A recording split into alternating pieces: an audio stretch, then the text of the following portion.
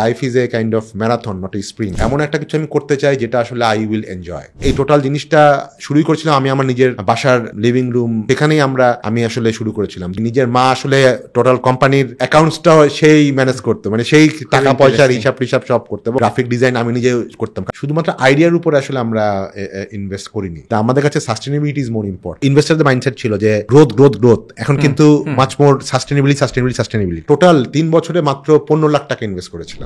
Life is a kind of marathon, not a sprint. হ্যাঁ, এটা আমি আসলে সবসময় বিলিভ করি যে মানে আমাদের 15 লাখ টাকা আমরা ইচ্ছা করলে 1 বছরে খরচ করতে পারতাম, কিন্তু তারপরে কি হতো, আমাদের আসলে প্রথম থেকেই ছিল যে আমরা জানি যে এটা it will take long time to mature. তো আমাদের যেমন আমি এই টোটাল জিনিসটা শুরুই করেছিলাম আমি আমার নিজের বাসার যে একটা লিভিং রুম ছিল, সেখানেই আমি আসলে শুরু করেছিলাম 2টা কম্পিউটার দিয়ে। কোথায় এটা? এটা তখন ছিল এটা কলাবাগানে একটা জায়গায়, কলাবাগানের একটা বশিরউদ্দিন রোড নামে একটা জায়গা আছে। তো ওইখানে আমার বাসার মধ্যেই একটা রুমেই শুরু করেছিল, এবং আমাদের 3 বছর ওখানেই ছিল, আমাদের অফিস ছিল। 3-4 জন মিলে আর কি। তো অফকোর্স আমার ফ্যামিলি আমাকে সাপোর্ট দিয়েছিল, আমার মা ওয়াজ ভেরি সাপোর্টিভ। এবং আমার খেয়াল আছে আমার মানে তখন তো আমার অ্যাকাউন্টেন্টও ছিল না। আমার মানে নিজের মা আসলে টোটাল কোম্পানির অ্যাকাউন্টসটা সেই ম্যানেজ করতো, মানে সেই টাকা পয়সার হিসাব টিসাব সব করতো, এবং that was great help. So আমি নিজেও অনেক কাজ, যেমন নিজে মার্কেটিংতে আমি নিজে যদি টেকনিক্যাল লোক না, আমি নিজেও গ্রাফিক ডিজাইন আমি নিজেও করতাম, কারণ আমাদের তখন ওই একটা গ্রাফিক ডিজাইন আর নেওয়ার মতো ক্ষমতা ছিল না। তো প্রথম 3-4 বছর আমরা আসলে এরকম 2-3 জন দিয়ে আমরা মানে কোম্পানিটা কাজ সেরেছি, এবং ওটা এক সেন্সে it was a great decision in the sense that আমরা যে প্রথম দিকে জিনিসটাকে সেভ করতে পেরেছিলাম, আমাদের এনার্জি বা আমাদের ফাইন্যান্সিয়াল সেটা কিন্তু আমরা 3 বছর পর্যন্ত আমরা টানতে পেরেছিলাম, কারণ এর বেশি হয়তো টানা আমাদের পক্ষে সম্ভব ছিল না। তারপরে উই আর লাকি দ্যাট 3-4 বছর পর থেকে আমরা রেভিনিউ যখন আসা শুরু করলো, এবং আমাদের যে কস্টটা অনেক কম ছিল, আমরা খুব তাড়াতাড়ি প্রফিটেবল হলাম, এবং তারপরে আমরা আস্তে আস্তে মানে আরো হয়তো কমার্শিয়াল জায়গায় অফিস নেওয়া শুরু করলাম। আমাদের কমার্শিয়াল জায়গায় অফিস নিয়েছি আমরা 4 বছর পরে। তার আগ পর্যন্ত আমাদের বাসাতেই অফিস ছিল। তো এই জিনিসটা আমরা তখনই করেছি যখন আমরা আসলে উই বিকেম প্রফিটেবল।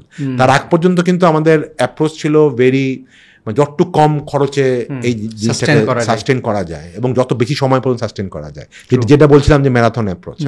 তো আমি মনে করি যে এইটা আমাদের জন্য হেল্প করেছে।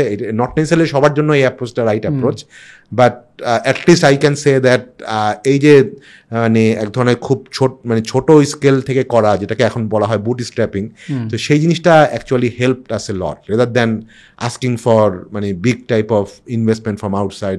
তখন আমাদের অপশনও ছিল না, এটাও ঠিক, বাট আমি এখনো মনে করি that is a best approach even if you can get lot of external investment. কারণ আমরা অনেক ক্ষেত্রে দেখেছি যে আমাদের আজকাল অনেক স্টার্ট আপ বা টেক ফার্ম অনেক ইনভেস্টমেন্ট জোগাড় করে, টাকা পয়সা প্রচুর খরচ হয়, এবং যখনই হাতে অনেক টাকা থাকে তখন যে সবচেয়ে বড় সমস্যা হয় টাকার ইনএফিশিয়েন্টলি ইউজ হয়, অনেক ওয়েস্টেজ হয়।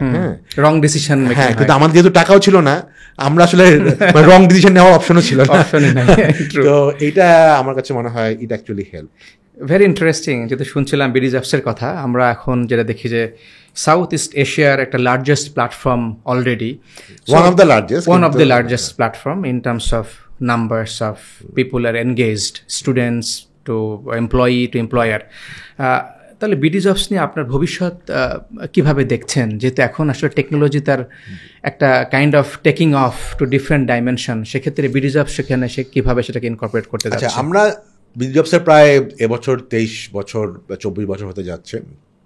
আমরা আসলে সোফার যদি বলি প্রথম 15 বছর we were a little bit kind of, মানে যেহেতু বাংলাদেশে ইন্টারনেটটা মানে অনেক, অফকোর্স আমরা যখন শুরু করি তার থেকে অনেক বেশি এখন প্রসার লাভ করেছে, কিন্তু তারপরেও কিন্তু ইন্টারনেটটা একটু শহর কেন্দ্রিক, শহর কেন্দ্রিক এবং আমাদের মধ্যবিত্ত সেন্ট্রিক ছিল এতদিন।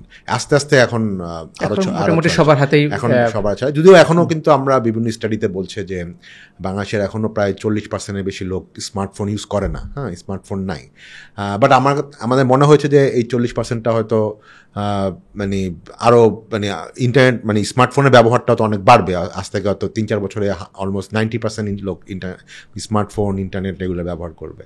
তো আমরা যেহেতু এই সময়টাতে আমাদের মেইনলি যেহেতু কানেক্টিভিটি বা স্মার্টফোন ডিভাইসের রেসপেক্টে কিছু সংখ্যক লোক ব্যবহার করতো, মানে যারা একটু শহর কেন্দ্রিক এবং মধ্যবিত্ত সেন্ট্রিক, তারা মেইনলি হচ্ছে গ্র্যাজুয়েট মানে তারা বিভিন্ন ইউনিভার্সিটি থেকে কলেজ থেকে পাশ করা, ওই সেগমেন্টটাকে আমরা টার্গেট করেছিলাম প্রথম 15 বছর যদি বলি। হ্যাঁ, বাট এখন যেহেতু বাড়ছে, আমরা এখন ওই সেক্টরের বাইরেও করছি। যেমন সে ফর এক্সাম্পল, আমাদের আজ থেকে 8-10 বছর আগে আমাদের এখানে কোনো জব পাওয়া যেত না, ধরেন লাইক মানে কুক, মানে ধরেন শেফ, হ্যাঁ, বা ইভেন ড্রাইভার, হ্যাঁ, বা সিকিউরিটি গার্ড, হ্যাঁ, বা কথার কথা যেমন একটা বড় একটা প্রফেশন হচ্ছে সে ফর এক্সাম্পল ডেলিভারি ম্যান। হ্যাঁ, তো এই জিনিসগুলো আগে ছিল না, কিন্তু এখন কিন্তু ওই টাইপের লোকজনের হাতে স্মার্টফোন আসছে। তো আমরা এখন ওই সেগমেন্টটাকে টার্গেট করছি, যেটাকে আমরা বলি যে স্পেশালাইজ স্কিল, বা ইভেন লাইক ফ্যাক্টরিতে অনেক ধরনের টেকনিশিয়ান থাকে, ইলেকট্রিশিয়ান থাকে। হ্যাঁ, তো এই জিনিসগুলো আমাদের আসলে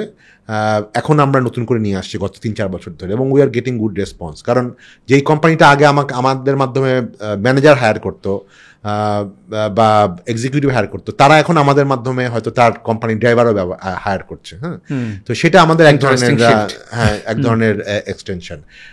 আরেকটা হচ্ছে যে আমরা চাচ্ছি যে আসলে আমাদের যে প্ল্যাটফর্মটা আছে সেটা যাতে আরো বেশি সাধারণ মানুষের মধ্যে আসলে যায়, এবং ওটা আমরা আমাদের এখানে অনেক কন্টেন্ট ওয়াইজও আমরা বাংলা আমাদের এখানে আছে, এবং আমাদের টোটাল জিনিসটা একটু মোবাইল সেন্ট্রিক করা, যে আমাদের কিন্তু এখন প্রায় 70% হচ্ছে অ্যাপের মাধ্যমে বিডি জবস ব্যবহার হয়।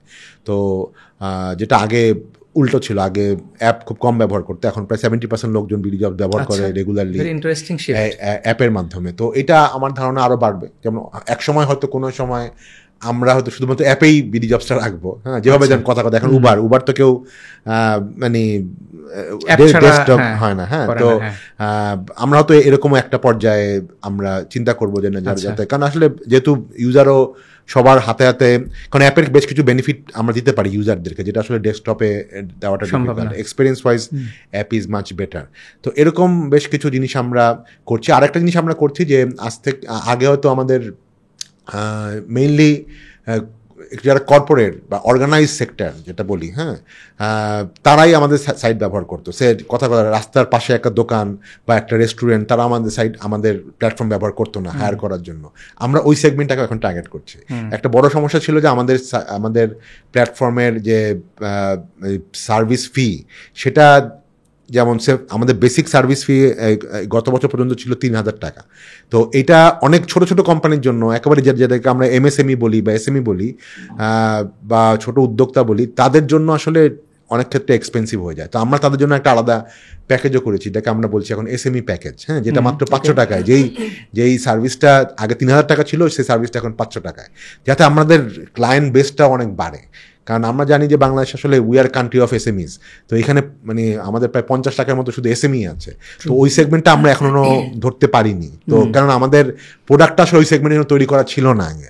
এখন আমরা আমাদের অনেক প্রোডাক্ট বা আমাদের টোটাল সার্ভিসগুলো তারা যাতে ব্যবহার করতে পারে। হ্যাঁ, এবং তারা কিন্তু আবার তাদের অনেক ওই সকল এসএমইদের আবার কম্পিউটারও নাই, তাদের একটা মোবাইল স্মার্টফোন আছে। হ্যাঁ, তারা যাতে খুব স্মার্টফোনে খুব অল্প সময়ে 2 মিনিটে তাদের একটা দরকার, তারা তো একটা শেফ দরকার তার রেস্টুরেন্টের জন্য, বা একটা সেলস অ্যাসিস্ট্যান্ট দরকার, সে যাতে খুব তাড়াতাড়ি 5 মিনিটে এই জিনিসটা করতে পারে। তো এই চেঞ্জগুলো আমরা নিয়ে আসছি, so that we don't want to serve খুব স্পেসিফিক একটা সেগমেন্ট। আমরা আসলে চাই একদিকে সারা দেশে যে কোনো জব সিকার যাতে হয়, এবং অ্যাট দ্য সেম টাইম যে কোনো এমপ্লয়ার, ছোট হোক বড় হোক, সবাই যাতে আমাদের সার্ভিস ব্যবহার করতে পারে।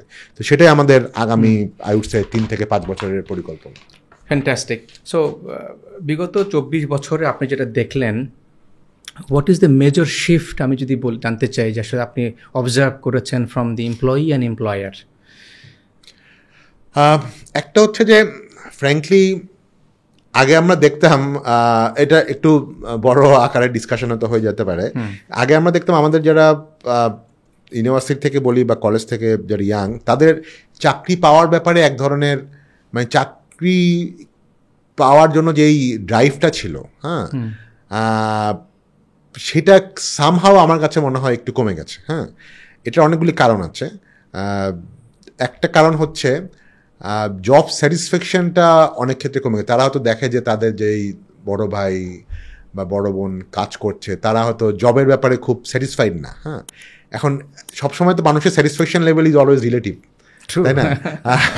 তো আজ থেকে হয়তো একই জিনিস আমি হয়তো কোনো একটা খাবার হয়তো আমি আজ থেকে 10 বছর আগে যেভাবে এনজয় করতাম এখন করছি না। তো খাবারটা তো একই আছে হয়তো। হ্যাঁ, তো যেটা হয় আসলে মানুষের আসলে সোশ্যাল মিডিয়া বা বিভিন্ন কারণে মানুষের আসলে লোকজনের সাথে কম্প্যারিজনের, এটা একটা সাইকোলজিক্যাল ফ্যাক্টর। আমি মনে করি এটা নিয়ে আপনারা নিশ্চয়ই আলোচনা করেন যে আগে মানুষ যেহেতু অত কানেক্টেড ছিল না, মানে সোশ্যাল পার্সপেক্টিভতে লাইফ স্টাইলে কানেক্টেড কম ছিল, সে অল্পতে স্যাটিসফাইড থাকতো। এখন সে সবসময় চিন্তা করে না, ও আচ্ছা আমার ওই বন্ধুটা কিরকম আছে, ও দেখা যাচ্ছে যে ফেসবুকে একটা অ্যাপ, তার তো কোনো একটা কোম্পানি চাকরি করে, সে কক্সবাজারে ঘুরতে নিয়ে যাচ্ছে কোম্পানি। এখন আমি এই কোম্পানিটা তো আমাকে কক্সবাজার নিয়ে যাচ্ছে না। হ্যাঁ, তো এটা সবসময় কম্পেয়ার করে। হ্যাঁ, কারণ নর্মালি লোকজন সেই জিনিসগুলি পোস্ট করে যেগুলো একটু অনেক সেন্সের লোকজন অন্যকে ঈর্ষান্বিত করার জন্য পোস্ট করে। তো ভালো জিনিস একটু শেয়ার করে, মানে শেয়ারটা বেশি হয়। হ্যাঁ হ্যাঁ, অফকোর্স। মানে তো ওই জায়গাতে আমরা দেখি যে অনেকের মধ্যে এখন এক ধরনের একটা মানে স্যাটিসফ্যাকশন লেভেলের এক ধরনের সমস্যা আছে। আচ্ছা, আর একটা হচ্ছে যে আমরা দেখেছি যে আমাদের, এবং এটা একটা বড় চেঞ্জ, আমরা যখন ইনস্টিটিউট স্টুডেন্ট ছিলাম আজ থেকে 25 বছর আগে, তখন কিন্তু আমাদের প্রাইমারিলি যারা ভালো স্টুডেন্ট, তাদের সবচেয়ে প্রাইমারি অবজেক্টিভ ছিল তারা একটা প্রাইভেট সেক্টর, এটা মাল্টিনেশনাল হতে পারে, ব্যাংক হতে পারে, বা কোনো একটা ইউনিভার্সিটি হতে পারে, ওখানে জব করবে। এখন আমরা দেখি সবার প্রাইমারি প্রেফারেন্স হচ্ছে সরকারি জব। এবং এই সরকারি জবের যে এই প্রেফারেন্স বেড়ে যাওয়া হঠাৎ করে, এটা কিন্তু গত 8-10 বছরে হয়েছে। বিভিন্ন কারণ আছে, বিভিন্ন কারণ। একটা হচ্ছে সরকারি স্যালারি স্ট্রাকচার অনেক বেড়ে গেছে, বেনিফিটও বেড়ে গেছে। হ্যাঁ, একটা সরকারি কর্মকর্তার, জুনিয়র কর্মকর্তার যে অথরিটি, তার থার্ডবারও কিন্তু সোশ্যাল ইনফ্লুয়েন্স অনেক বেড়ে গেছে। হ্যাঁ, আমি তার অন্যান্য ইনকামের কথা বাদে দিলাম। তো সেইটা অনেক ক্ষেত্রে আমরা দেখেছি আমাদের যারা ইয়াং জেনারেশন, তারা মনে করে যে একটা প্রাইভেট সেক্টর সে আমাকে কি বা দিবে, সেটা একটা এমএনসি হলেও সে আমাকে কি দিবে। হ্যাঁ, তো মানে এই জায়গাটাতে আমরা দেখছি যে অনেক ক্ষেত্রে, এবং এটা খুব অবাক হওয়ার ব্যাপার, আমাদের অনেক এমপ্লয়াররা বলে যে আমরা তাকে, সে অ্যাপ্লাই করেছে, ভালো কথা, অ্যাপ্লাই করার পরে আমরা ইন্টারভিউতে কল করেছি, 50%-60% ক্ষেত্রে ইন্টারভিউ কল পাওয়ার পরও তারা আসে না।